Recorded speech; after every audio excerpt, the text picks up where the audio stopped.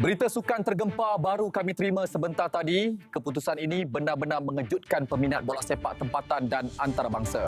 Dalam satu lagi perlawanan Liga Perdana Inggeris, Chelsea berjaya menewaskan Everton 2-0. Everton nampaknya masih mencari rentak permainan, mungkin tersalah jadual perlawanan malam ni. Sementara itu, Liverpool turut mencatat kemenangan selesa apabila menewaskan Brighton 2-0.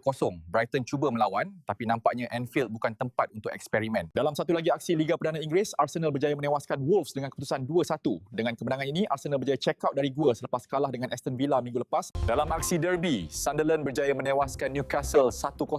Newcastle datang dengan status pasukan besar tapi balik dengan keputusan kecil. Sementara itu, Manchester City mencatat kemenangan meyakinkan apabila menewaskan Crystal Palace 3-0. Palace cuba bertahan, tapi City nampaknya main dalam mod latihan ringan saja. Dalam satu perlawanan yang berlangsung sengit, Aston Villa berjaya menewaskan West Ham dengan keputusan 3-2. West Ham bagi saingan, tapi pertahanan mereka lebih murah hati daripada buffet Ramadan. Sementara itu, perlawanan antara Brentford dan Leeds United berakhir dengan keputusan seri 1-1.